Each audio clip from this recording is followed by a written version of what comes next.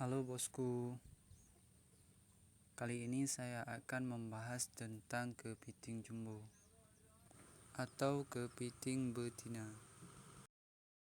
Kepiting jumbo ini kalau masalah harganya lumayan mahal.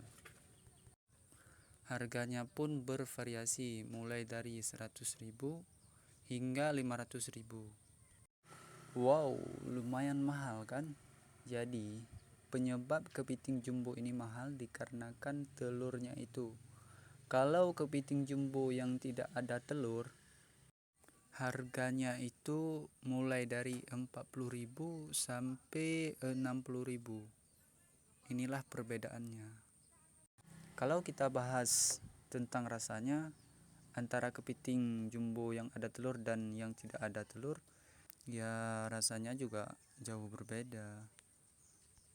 Terima kasih yang sudah nonton dari awal sampai akhir.